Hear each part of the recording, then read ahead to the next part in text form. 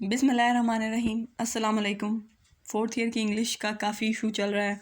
बार बार question पूछ रहे हैं, आप मुझे सवाल सेंड कर रहे हैं। मैंने आपको थोड़े से जवाब देने की कोशिश की है, लेकिन एक इंट्रोडक्टरी लेक्चर क्लासेस स्टार्ट करने से पहले हम क्या पढ़ेंगे, हमारे पिछले एग्ज़ाम का क्या होगा, इन सब क्वेश्चंस के आंसर कर लें पहले।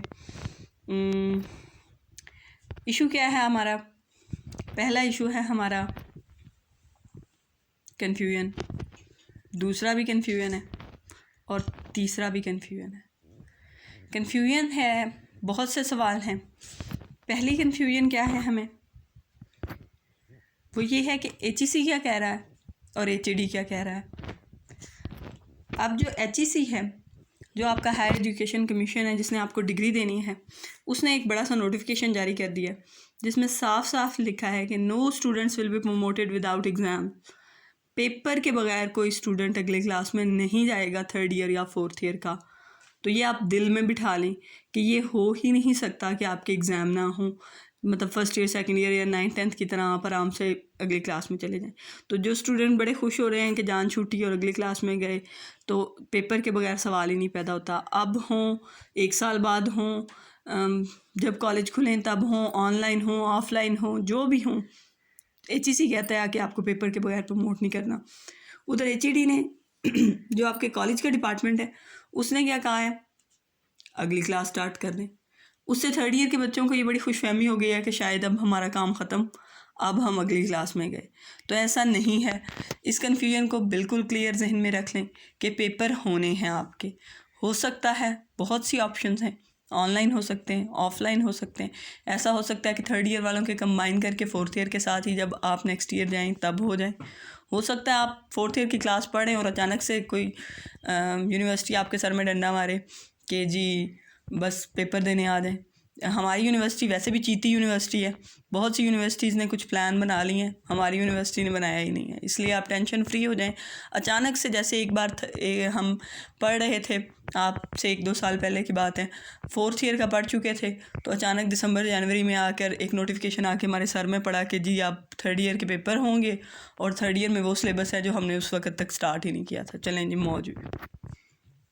दूसरी कन्फ्यूजन बच्चों में चल रही है कि पेपर ऑनलाइन होगा या ऑफलाइन।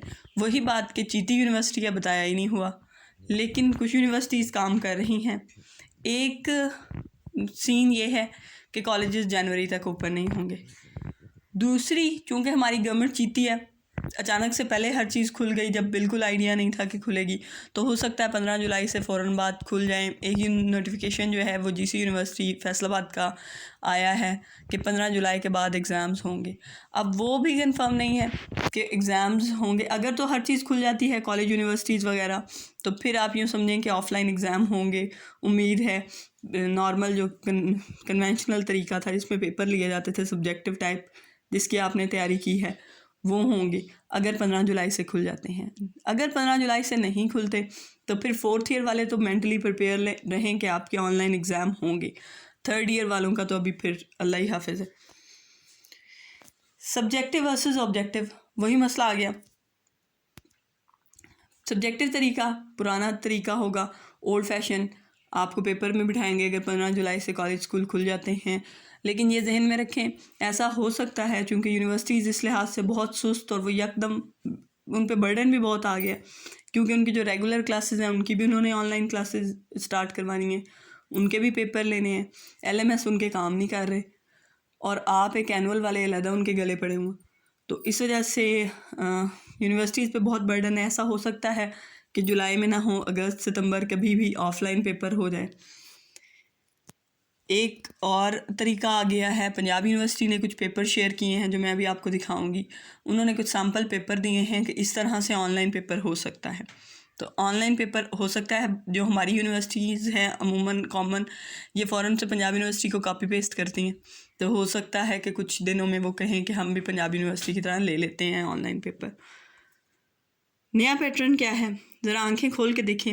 इंग्लिश कंपलसरी का पेपर पंजाब यूनिवर्सिटी ने अभी तक अपलोड नहीं किया कि वो कैसा होगा, लेकिन ये इंग्लिश लिटरेचर का पेपर है जो उन्होंने अपलोड किया है। इसमें आपको क्वेश्चन जो हैं वो डिफरेंट लगेंगे, तो ये याद रखें आपका पेपर नहीं है कंपलसरी का।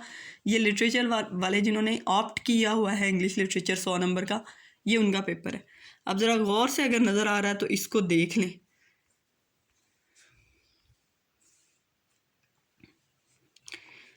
ये पॉइंट्स आ गए हैं इसमें, ये MCQs हैं अगर आपको नज़र आ रहा हो तो देखें ज़रा इसको। पिछली स्लाइड करते हैं। अच्छा जी, गौर फरमा लें इसमें पेपर के ऑप्शनल है, मैक्सिमम मार्क्स 100 हैं, सारे क्वेश्चंस करने हैं।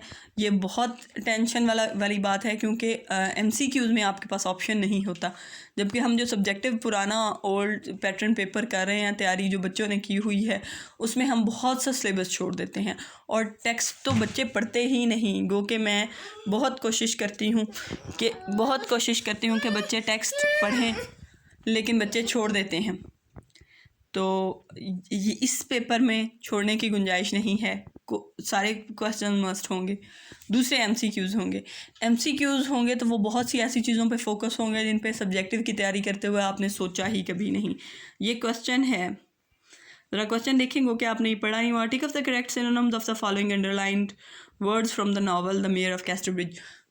अब आप ज़रा अपने नावल को सोचें, old man and the sea. जो बच्चे 4th ईयर पढ़ चुके हैं सारी, उन्हें पता होगा कि आपने शायद टेक्स्ट में मुश्किल अल्फाज को चेक ही नहीं किया कि उनके सिनोनिम्स क्या होते हैं।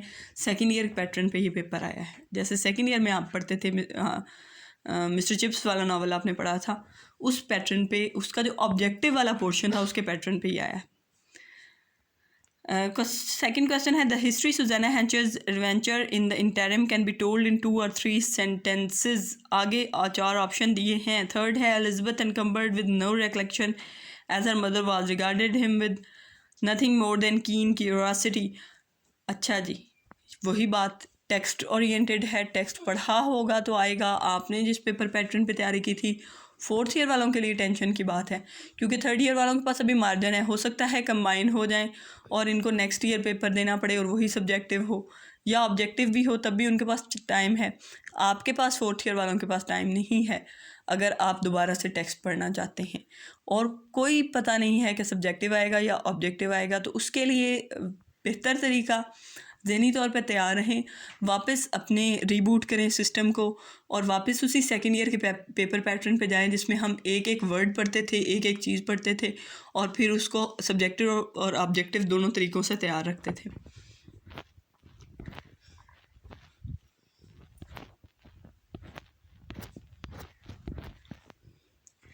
अब हमने कंक्लूड क्या किया? 3 पॉइंट्स कंक्लूड किए हैं हमने। पहला, nobody is going to be promoted without exam. Exam के बगैर भूल जाएं आपको। अगर आप 4th ईयर का भी पढ़ेंगे, जो 3rd ईयर वाले बच्चे हैं, 3rd ईयर का एग्ज़ाम होगा, अब हो या कभी भी हो, उसको आपने साथ साथ अपडेट रखना है। किसी भी वक्त एग्ज़ाम का नोटिफिकेशन आ सकता है, किसी भी वक्त वो आपको पेपर के लिए बुला सकते हैं। प्रमोट नहीं होने वाले आप। You can't leave your previous studies. पिछली स्टडीज़ नहीं ज़ाया करनी, ये सोच के जैसे फ़र्स्ट ईयर के बच्चों ने फ़र्स्ट ईयर की किताबें फेंक दी हैं कि जी अब 2nd ईयर चले गए, आप नहीं जाएंगे, आप अपनी तैयारी रखें।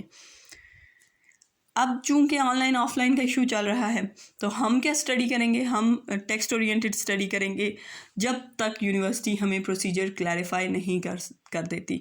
तो हम टेक्स्ट से स्टार्ट करेंगे। टेक्स्ट से हम छोटी छोटी चीज़ों से, जैसे हम 2nd ईयर में पढ़ते थे सिनोनिम स्टार्ट करेंगे, हम उसकी छोटे जो शॉर्ट क्वेश्चंस हैं उस तरह तैयारी करेंगे, कोटेशंस तैयार करेंगे और आप अपनी सेल्फ राइटिंग के ज़रिए उसको सब्जेक्टिव तरीके से लिखना स्टार्ट करेंगे। ये सब चीज़ें हमें करनी होंगी जब तक के नोटिफिकेशन नहीं हो जाता यूनिवर्सिटी का कि आपका किस तरह से पेपर होगा। तो उससे हमें फ़ायदा होगा, नुकसान नहीं होगा। अगर तो ऑब्जेक्टिव होता है तो हमारी बड़ी अच्छी तैयारी होगी और अगर सब्जेक्टिव भी होता है तो उस ऑब्जेक्टिव हमारा ज़ाया नहीं जाएगा, उसकी बहुत सारी इन्फॉर्मेशन हम सब्जेक्टिव पेपर में यूज़ कर सकते हैं। तो अब हम स्टार्ट करेंगे जो इंशाल्लाह नेक्स्ट लेक्चर में, वो हम ओल्ड मैन एंड द सी का टेक्स्ट जो है वो स्टडी करना स्टार्ट करेंगे।